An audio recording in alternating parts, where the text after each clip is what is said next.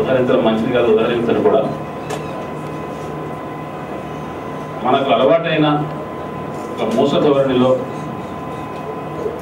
కాకుండా జీవితంలోని సంక్లిష్టతనంతా కూడా, జీవితం సరళరేఖలాగా ఉండదు, జీవితం సైద్ధాంతికంగా ఉండదు, జీవితం తప్పనిసరి మ్యాథమెటికల్గా కూడా ఉండదు, లాజికల్గా కూడా ఉండదు.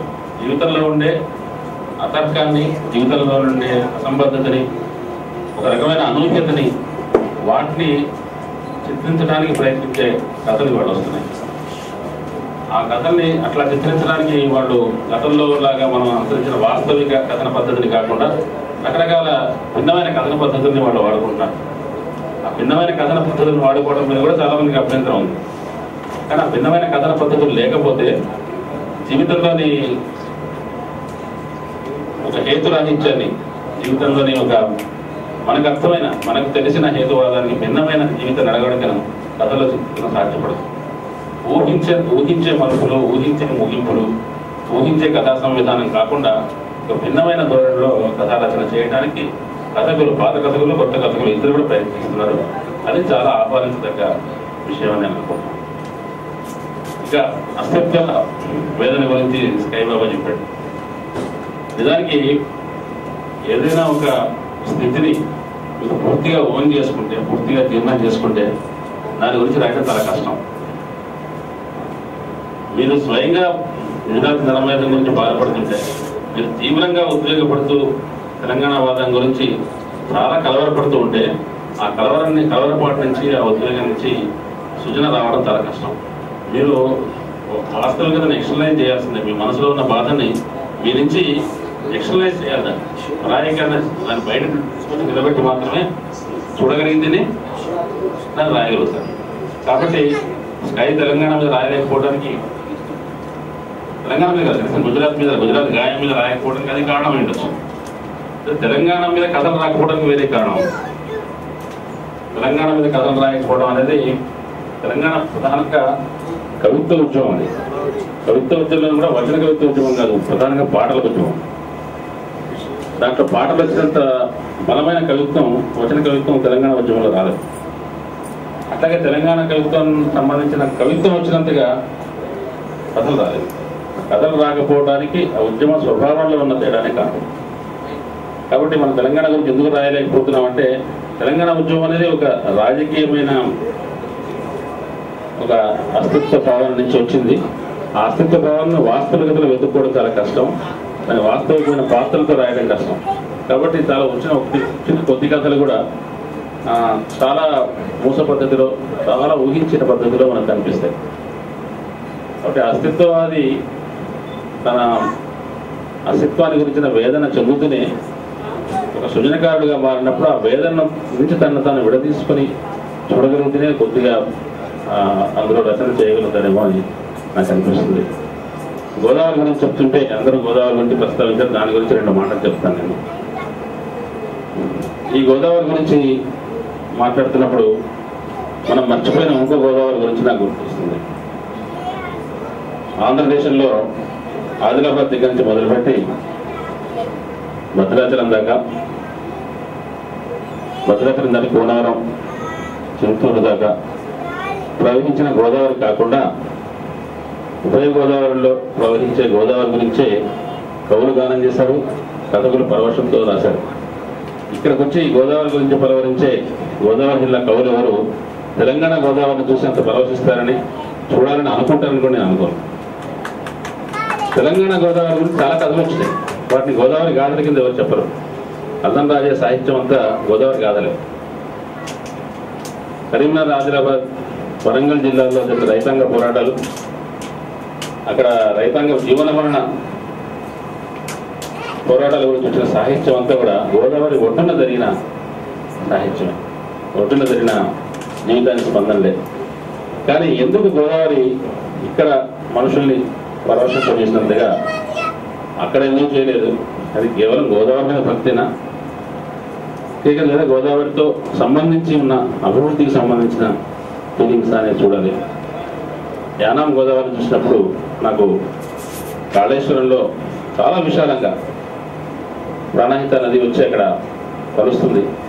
3-4 కిలోమీటర్ల వెడపులో ఉండే గోదావరి నది గుర్తొచ్చింది. దీనికి ఉన్న అన్ని యోగ్యతలు, సౌందర్యానికి సంబంధించిన యోగ్యతలన్నీ కూడా తెలంగాణ గోదావరికి ఉన్నాయి. ఎందుకు అది సాహిత్యీకరణ ఎందుకు చెందలేదని నేను విమర్శగా ఫిర్యాదుగా చెప్పట్లేదు, కానీ అది ఎందుకు చెందట్లేదని ఒక ఇంటలెక్చువల్గా రకంగా ఆలోచించాల్సిన అవసరం ఉందని మాత్రం అనుకుంటున్నాను. ఎప్పుడో ఒకప్పుడు ఇంతకాలం రాకుండా యానాంకు సంబంధించిన ప్రత్యేకత నిర్దిష్ట సాహిత్యంలోకి వచ్చినట్టే తెలంగాణ గోదావరి కూడా ఎప్పుడో ఒకప్పుడు సాహిత్యంలోకి వస్తుంది. చాలా పవర్ఫుల్గా వస్తుందా. కృతజ్ఞతలు చెప్తూ మరో కథ కప్పులి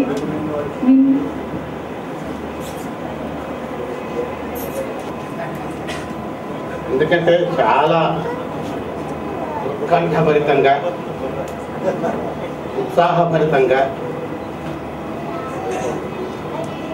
చర్చనీయాంశంగా ఉన్న కథ మీద మిత్రులు అనేక మంది మాట్లాడారు. శ్రీనివాస్ గారు మాట్లాడడానికి ధైర్యం ఉంటుంది. ఆయన ముందు నుంచి కూడా ఉద్యమాలతో పెనవేసుకుపోయి ఉన్నవాడు. నేను మాట్లాడడానికి అలాంటి విషయాలు కొంచెం వెనక్కి జంకాల్సి ఉంటుంది. ఈ విషయం చెప్పే ముందు ఒక జోక్ చెప్తాను. ఒక భర్త, భార్య, అత్తగారు కలిసి మానస సరోవరానికి వెళ్ళారు. మెట్లు ఎక్కుతున్నారు, మానస సరోవరం ప్రయాణిస్తున్నారు. అత్తగారు చచ్చిపోయారు. చచ్చిపోయిన తర్వాత ఎట్టి పరిస్థితుల్లో అత్తగారి సేవలు హైదరాబాద్ పంపించాలని ప్లాన్లో ఉన్నాడు ఆయన. ట్రావెలర్స్ దగ్గరికి వెళ్ళి, అయ్యా మా అత్తగారు ఎట్టి పరిస్థితుల్లో హైదరాబాద్ పంపించాలి అన్నట్ట. ఎందుకు సార్ హైదరాబాద్? లక్షలాది రూపాయలు అవుతుంది సార్ ఖర్చు, ఇక్కడే పార్టీ పెట్టాను, ఎందుకు వచ్చినా కూడా 5,000 అయిపోతుంది అన్నారు. అదే బలవాడని పంపించాలి ఎట్టి పరిస్థితుల్లోనే. ఈ సేవలు ఎట్టి పరిస్థితులు హైదరాబాద్లోనే ఖననం చేయాలి తప్ప ఇక్కడ మాత్రం జరగడానికి వెళ్ళేదన్నారు. లేదు సార్, అంత ఇష్టమా మీకు అత్తగారు అంటే?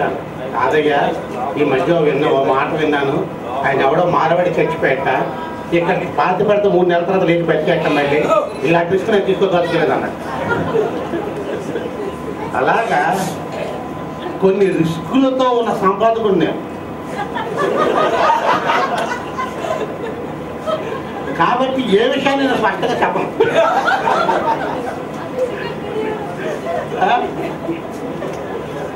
ఈ రిస్కుల మయంతో ఉన్న వాడిని కాబట్టి తెలుగు కథ మాండలికంలో అత్యద్భుతంగా ఉందంటే మాండలికం కథలో చెప్తాను,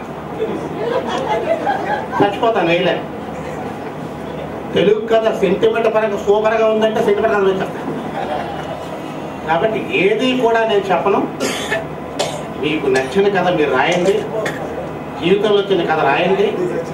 ఆ కథని పత్రికలు ప్రచురించినంత మాత్రాన్ని గొప్ప కథ కాకుండా పోదు. అలానే పత్రికలు వేయనంత మాత్రం సంపాదకుల మీద మీరు కక్షలు, కార్పణ్యాలు, కత్తులు నూరద్దు. మీరందరూ హాయిగా రాయాలి. తెలుగు కథ సుసంపన్నమైపోయింది, అందులో అనుమానం లేదు, తవ్వుకోవడమే. కాబట్టి ఎవరి జీవిత అనుభవాల్ని వాళ్ళు. కానీ ఒకటి, మనం శాశ్వతం కాదు, మన అక్షరం శాశ్వతం. ఆ అక్షరాన్ని ఆవాహన చేయండి, అది అద్భుతంగా రాయండి. అందరికీ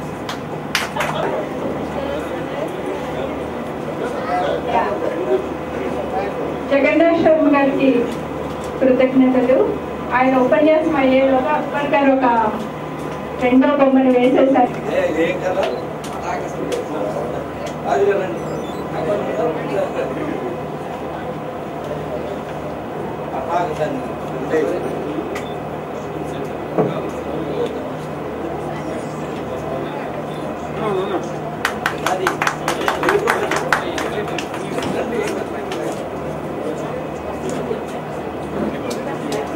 పిలుస్తున్నారు. మేడం ప్లీజ్ కమ్ మేడం, నా సామాజిక వర్గం ఇవ్వండి.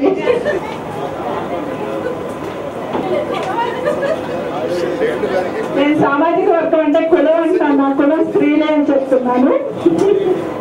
మేడం గారు మాట్లాడు. అందరికీ నమస్కారం.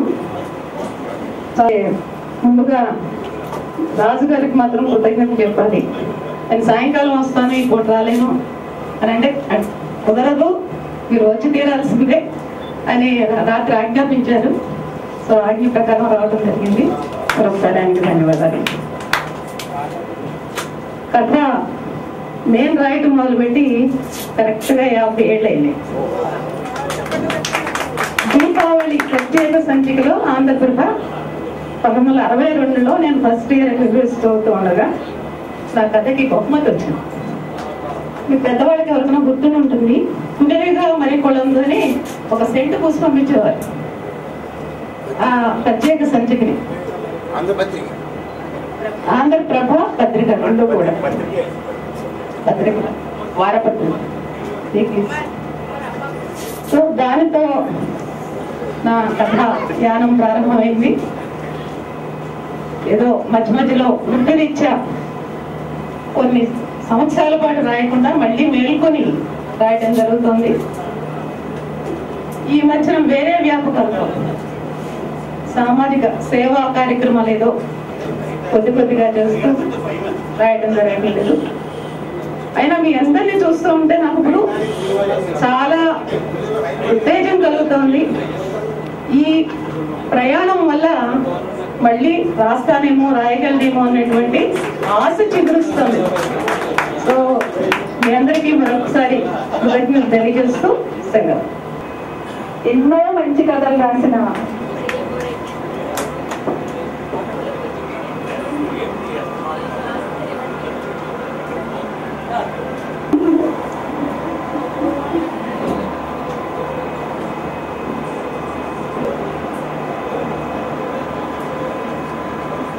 నేతలు, కవులు, విమర్శకులు, ఉత్తమ పాఠకులు అందరూ ఉన్నారు ఇక్కడ.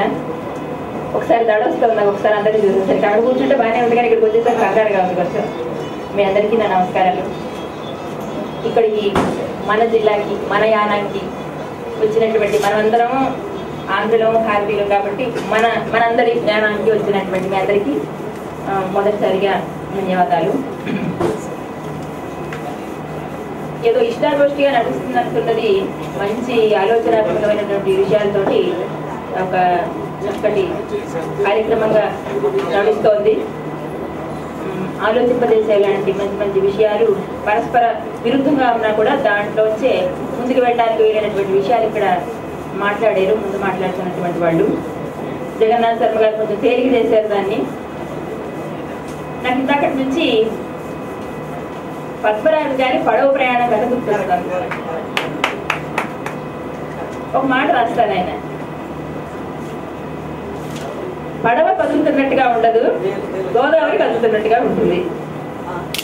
పడవ నడుస్తూనే ఉంటుంది కానీ లోపల కూర్చున్నప్పుడు మనం కదులుతున్నట్టుగా ఉండము, బయట కదులుతున్నట్టుగా ఉంటుంది. అసలు మొత్తం ఆ కథ అంతా కూడా ఇప్పుడు మనం చేస్తున్నటువంటి ప్రయాణం మనకి ఎలాంటి అనుభూతులు ఇస్తుందో, అంటే ఎంత దొరికితే అంత. ఆయనకి చాలా దొరికింది గోదావరిలో పడవ ప్రయాణంలో. ఒకసారి గుర్తు చేసుకుంటే కొన్ని వెళ్ళిన తర్వాత మళ్ళీ ఇంకొకసారి చదువుకుంటే మళ్ళీ మనం ఎవరు వేసుకోవచ్చు ఈ అనుభవాన్ని. ఇంకా ఇప్పుడు నేను కథల గురించి ప్రత్యేకంగా ఏమి చెప్పాలనుకోవట్లేదు. దేవదానంద రాజు గారు కథ రాయటం అనే ఒక మంచి పని చేయడం వల్ల ఇక్కడ ఇంతమందిని, అసలు ఇంతమంది కథారచనని చూడటమే ఒక పండగ.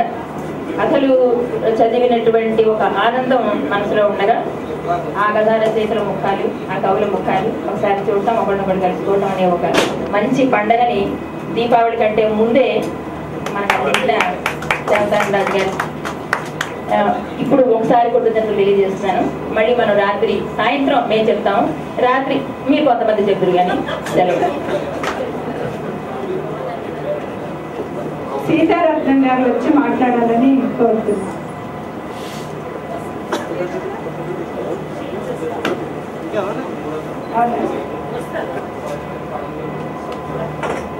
అందరికీ నమస్కారం. ఇది అద్భుతమైన ఒక ఉత్సవం. ఏం మాట్లాడాలో తెలియట్లేదు కానీ కథ అంటే కూడబెట్టుకున్న జీవితం, ఇది నా ఉద్దేశం.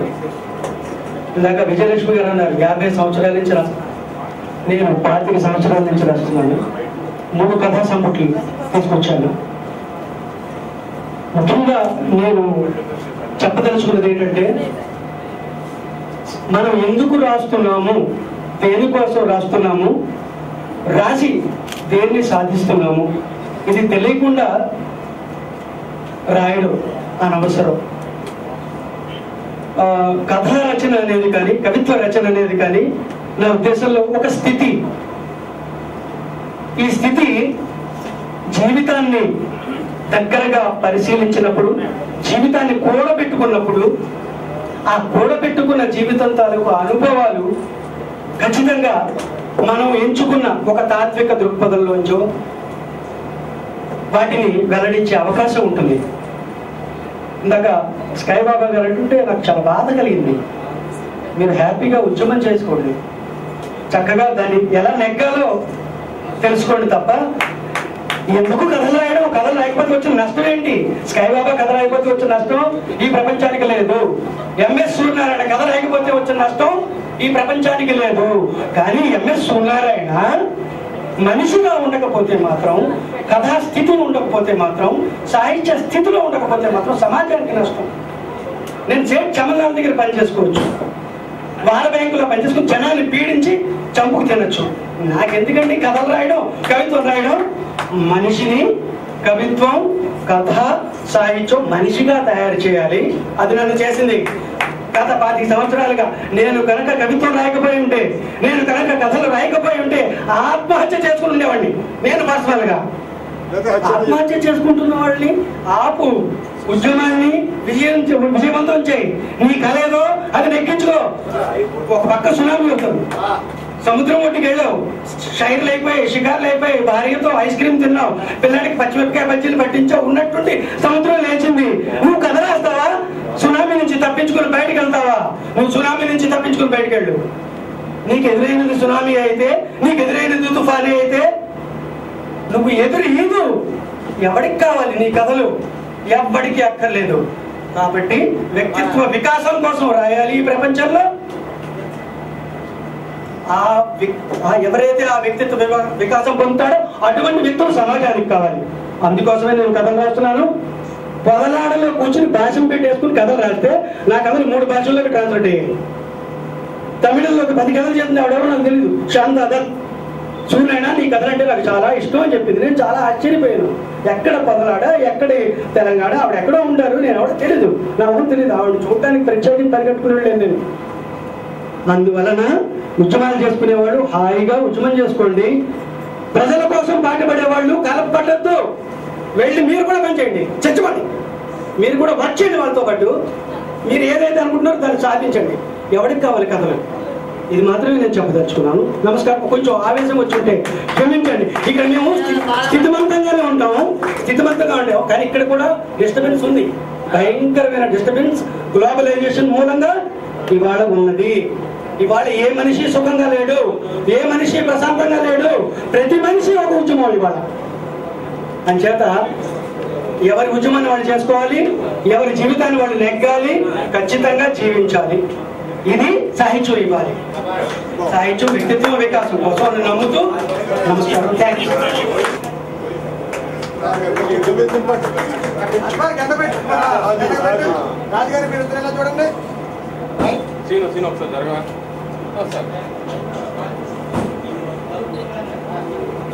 వచ్చి మాట్లాడమంటున్నా.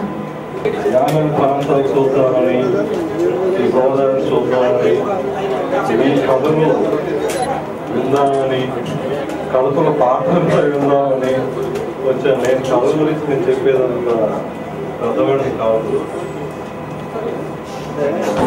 Thank you.